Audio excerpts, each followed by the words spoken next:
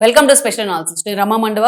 ఈరోజు అనాలిసిస్లో భాగంగా మనం తీసుకోబోతున్న టాపిక్ ఏంటంటే, ఈరోజు అనాలిసిస్కి నేను ఒక టైటిల్ పెట్టున్నాను. కేసీఆర్ పై మోడీ ప్రేమ ఏంటి ట్విస్ట్, ఈ సడన్ చేంజ్ కారణం ఏంటి అని చెప్పేసి నేను టైటిల్ పెట్టాను. ఆ అంశం గురించి మనం డిస్కస్ చేద్దాం. ఇక్కడ చూసినట్లయితే మోడీ రీసెంట్గా ఆయన పార్లమెంటు సమావేశాలు జరుగుతున్న క్రమంలో ఆయన అఖిలపక్ష సమావేశం కూడా నిర్వహించారు. ఏదైతే జీ బిల్లుకు సంబంధించి అందరిని పార్లమెంట్ సమావేశాలు అయిపోయిన తర్వాత అందరూ అన్ని పార్టీల ఎంపీలు కూడా పిలిపించుకొని ఐటీ కార్యక్రమంలో కూడా ఆయన పాల్గొన్నారు. అలా ఇక ఎంపీలతో వీలైనప్పుడల్లా ఆయన ఎంపీలతో కూడా ఇంటరాక్ట్ అవుతా ఉన్నారు. తెలంగాణ అండ్ ఆంధ్ర ఎంపీలతో కూడా ఆయన ఇంటరాక్ట్ అయ్యారు. మొన్నే మనం చూసాం. అయితే ఈ క్రమంలోనే ఆయన పార్లమెంట్ సమావేశాలు ముగిసే క్రమంలో బీఆర్ఎస్ ఎంపీలతో ఒక సుదీర్ఘ భేటీ నిర్వహించారు. రాజ్యసభ సభ్యులతో ఆయన భేటీ కావడం జరిగింది. ఈ రోజు లోక్సభలో బీఆర్ఎస్ 0 కాబట్టి రాజ్యసభ ఎంపీలతో ఆయన భేటీ అయ్యారు, కలిశారు. కలిసిన తర్వాత పర్టికులర్‌గా మోడీ అక్కడ కొన్ని కామెంట్స్ చేశారు కేసీఆర్‌ని ఉద్దేశించి. కేసీఆర్ ఆరోగ్యం గురించి ఆయన ఆరా తీశారు. కేసీఆర్‌ని అడిగానని చెప్పండి.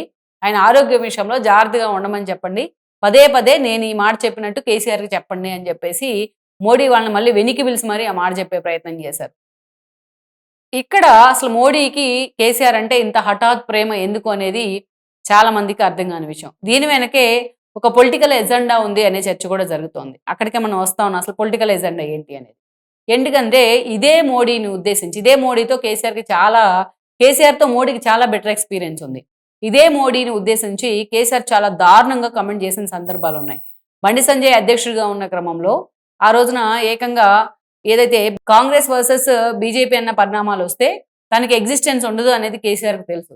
అందుకని ఆ రోజు ఎలాగైనా బీజేపీకి చెక్ పెట్టాలి, బీజేపీ బలోపేతం కాకుండా అనే ఉద్దేశంలో తన పార్టీని టీఆర్ఎస్‌గా ఉన్న తన పార్టీని బీఆర్ఎస్‌గా మార్చారు. వడ్ల కొనుగోలు అంశంగా బీజేపీతో సున్నం పెట్టుకుని అక్కడి నుంచి జాతీయ స్థాయి రాజకీయాల్లో చక్రం తిప్పుతానంటూ హడావిడి చేశాడు. మోడీ లేదు, గీడీ లేదని మాట్లాడారు. తెలంగాణలో డబ్బులు తీసుకెళ్ళి ఎక్కడో రైతులకు యూపీ దగ్గర నుంచి బీహార్ దాకా రైతులందరికీ పంచుతానని చెప్పి హడావిడి చేశారు. ఇక జంతర్ మంతర్ దగ్గర ధర్నాలు చేశారు. ద్రౌపది ముర్ముకు కూడా మద్దతు ఇవ్వకుండా ఇక్కడ ర్యాలీలు తీయించే పరిస్థితి జరిగింది.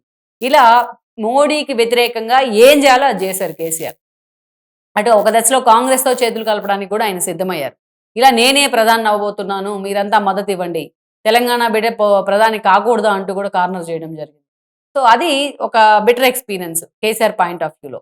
అయితే ఆ తర్వాత ఎంత దూరం వెళ్ళాడు అంటే మునుగోడు ఉప ఎన్నికల సమయంలో ఆ రోజున పూర్తి స్థాయిలో తన పార్టీ ఎమ్మెల్యేలని ప్లాంట్ చేసి ఏదైతే రోహిత్ దగ్గర నుంచి అనేక మంది ఎమ్మెల్యేలు గువ్వల బాలరాజు దాకా ప్లాన్ చేసి వాళ్ళందరితోని బీజేపీ వాళ్ళని కొనడానికి ట్రై చేసినట్టు, బీఆర్ఎస్ సర్కార్‌ని పడదోయడానికి ట్రై చేసినట్టు ఒక డ్రామా క్రియేట్ చేసి, ఒక వీడియోలో ఆయనే పెట్టించి, అది క్రియేట్ చేసి బీజేపీ ప్రముఖులు మొత్తాన్ని దాంట్లో ఇన్వాల్వ్ చేశారు. బండి సంజయ్ దగ్గర నుంచి బీఎల్ సంతోష్ దాకా. ఆ మోడీ పేరు, అమిత్ షా పేరు కూడా ఇన్వాల్వ్ చేసి వాళ్ళని నోటికి రాని మాటలతో తిడతం జరిగింది. అలా తన గొయ్యి తానే తవ్వుకున్నాడు కేసీఆర్. అది ఫ్యాబ్రికేటెడ్ అని తర్వాత అర్థమైంది. ఇక మనం చూసినట్లయితే ఇవన్నీ జరుగుతా ఉన్న క్రమంలో కరెక్ట్‌గా అసెంబ్లీ ఎన్నికలకు ముందే కేసీఆర్ బిడ్డైన కవిత లిక్కర్ స్కామ్ కేసులో ఇరుక్కున్నారు. అయితే ఆమెను అప్పుడు అరెస్ట్ చేయలేదు. ఎప్పుడైతే అసెంబ్లీ ఎన్నికల్లో బీఆర్ఎస్ అధికారాన్ని కోల్పోయిందో అప్పుడు ఆమెను అరెస్ట్ చేసే ప్రయత్నం జరిగింది. ఆమెను తిహార్ జైల్‌లో పెట్టారు సీబీఐ అరెస్ట్ చేసి. ఇక ఎంపీ ఎలక్షన్‌లో ఈ ఎఫెక్ట్‌తోనే జీరోకి పడిపోయారు కేసీఆర్. ఇక అప్పటి నుంచే ఆయనకి కష్టకాలం స్టార్ట్ అయింది. ఓడిపోయిన దగ్గర నుంచే స్టార్ట్ అయింది. ఫార్మ్ హౌస్‌లో పడి తన తుంటి విరగ్గొట్టుకున్నారు. ఎన్నికల సమయంలో చూస్తే మోడీ లాంటి వాళ్ళు కేసీఆర్‌ని ఒక సందర్భంలో కలిసారు. కేటీఆర్‌ని సీఎం చేయడానికి సపోర్ట్ చేయమని అడిగారు అని కూడా సంచలన వాస్తవాలను కూడా బయటపెట్టే ప్రయత్నం చేశారు. ఇక పూర్తి స్థాయిలో చేతులు గాలేక ఆకులు పట్టుకున్నట్టు ఈరోజు క్షౌరం అయ్యాక వివరం తెలీదని కేసీఆర్ అంతా అయిపోయాక గానీ ఈరోజు మోడీ విలువ ఏంటో తెలియట్లేదు. అందుకే ఈరోజు ప్రతికూల పరిస్థితులన్నీ ఆయన మీద నెత్తినెక్కి నాట్యం చేస్తా ఉన్నాయి. తనకి ఎగ్జిస్టెన్స్ కూడా లేని పరిస్థితి. ఒక ఎంపీ ఎలక్షన్స్‌లో జీరోకి పడిపోయింది. మొన్న అసెంబ్లీలో అధికారాన్ని కోల్పోయింది. ఈరోజు ఫోన్ ట్యాపింగ్ దగ్గర నుంచి కాళేశ్వరం దాకా తనను వెంటాడుతూ ఉన్నాయి. తన కొడుకుని ఫార్ములా 1 కేసులు వెంటాడుతూ ఉన్నాయి. తన కూతురు రోడ్డున పడి పార్టీ పరువును బజారున పెడుతోంది. కేటీఆర్ పెర్ఫార్మెన్స్ బీజేపీ బీఆర్ఎస్ శ్రేణులకు కూడా ఎక్కడ డైజెస్ట్ కావట్లేదు. సో, ఈ పరిస్థితుల్లో కేసీఆర్ ఈరోజు బీజేపీ శరణ్యం అంటున్నారు. మొన్నటి వరకు కూడా తెలంగాణ బీజేపీ నేతలు కూడా అలాగే వ్యవహరించారు. బీఆర్ఎస్‌తో పొత్తులు పెట్టుకుంటే తమకు ఎగ్జిస్టెన్స్ ఉంటుంది. బీఆర్ఎస్ ఓటు బ్యాంక్ తమకు యాడ్ ఆన్ ఎలిమెంట్ అవుతుందని కొంతమంది కూని రాగాలు తీస్తా వచ్చారు. నిజానికి కాంగ్రెస్‌తో పాటు సమానంగా 8 ఎంపీ సీట్లు వచ్చాయి బీజేపీకి. ఆ సోయి కూడా లేదు బీజేపీ నేతలకి. అందుకే మోడీ కూడా మొన్న వాళ్ళకి క్లాస్ తీసుకునే ప్రయత్నం చేశారు. ఈ రోజున చూస్తే బీఆర్ఎస్ మొన్న జూబ్లీ హిల్స్ ఉప ఎన్నికల తర్వాత బీజేపీ కొంత జ్ఞానోదయం అయినట్టుంది బీజేపీ నేతలకు. అది కూడా మోడీ క్లాస్ తీసుకుంది కూడా ఆ క్రమంలో దానిలో భాగంగానే.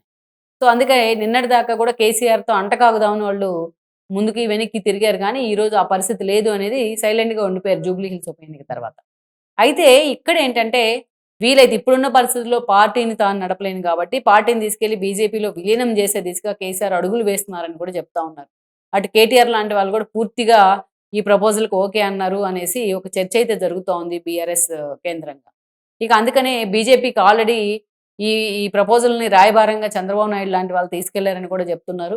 అయితే బీజేపీతో పొత్తా లేకపోతే విలీనమా అనే అంశం మీదైతే ఒక క్లారిటీ అయితే లేదు. సో, విలీనం చేసుకుంటేనే కేసీఆర్ లాంటి వాళ్ళు గతంలో కాంగ్రెస్‌తో ఆడినట్టు డ్రామాలు ఆడకుండా ఉంటారనే అవగాహన బీజేపీకి పూర్తి స్థాయిలో ఉంది. సో, తెలంగాణలో పూర్తి స్థాయిలో ఆ బీఆర్ఎస్ క్యాడర్‌ని కలుపుకుంటే ఎంతో కొంత బీజేపీ సాలిడ్‌గా కాంగ్రెస్‌కి ఫైట్ ఇచ్చే అవకాశం ఉంటుంది. అందుకే ఈ దిశగానే బీజేపీ పెద్దలు కూడా ఫోకస్ పెట్టారంటున్నారు. అందుకే మోడీ ఇంత హఠాత్తుగా గతంలో తనని తిట్టిన కేసీఆర్‌ని కూడా పక్కన పెట్టి ఆ తిట్లన్నీ మర్చిపోయి ఈరోజు కేసీఆర్ ఆరోగ్యం గురించి, ఆయన గురించి ఆరా తీస్తున్న పరిస్థితి అయితే ఉంది. మొత్తానికైతే మాత్రం అది ఎలక్షన్ లోపు జరుగుతుందా? రాబోయే 6 నెలల్లో జరుగుతుందా? అనేది పక్కన పెడితే బీజేపీతో విలీనం దిశగా, బీజేపీతో పొత్తుల దిశగా కేసీఆర్ పావులు కదుపుతా ఉన్నారు. లెట్స్ సీ మరి గతంలో కాంగ్రెస్ చేసినట్టే దోకా ఇచ్చే ప్రయత్నం చేస్తే బీజేపీలో అంత తెలివి తక్కువ దద్దమ్మలు అయితే ఎవరు లేరు. ఎందుకంటే గతంలో తెలంగాణ ఇచ్చిన సమయంలో నేను పార్టీని విలీనం చేస్తానంటూ కూడా సోనియా గాంధీని కలిసి హడావిడి చేసొచ్చి మళ్ళా తర్వాత ఆమెకే దోకా ఇచ్చే ప్రయత్నం చేశారు కేసీఆర్. అందుకే ఈరోజు కేసీఆర్ మెంటాలిటీ ఏంటో తెలుసు కాబట్టి మోడీ అనుకో చాలా స్మార్ట్ ప్లే చేస్తా ఉన్నారు. సో, మొత్తానికి కేసీఆర్‌ని పూర్తిగా తమకు సరెండర్ అయ్యేదాకా పరిస్థితిని తీసుకొస్తా ఉన్నారు. లెట్స్ సీ మరి బీఆర్ఎస్ భవిష్యత్తు, కేసీఆర్ భవిష్యత్తు మోడీ చేతుల్లో ఎలా ఉండబోతుందనేది కూడా మనం చూడాల్సింది.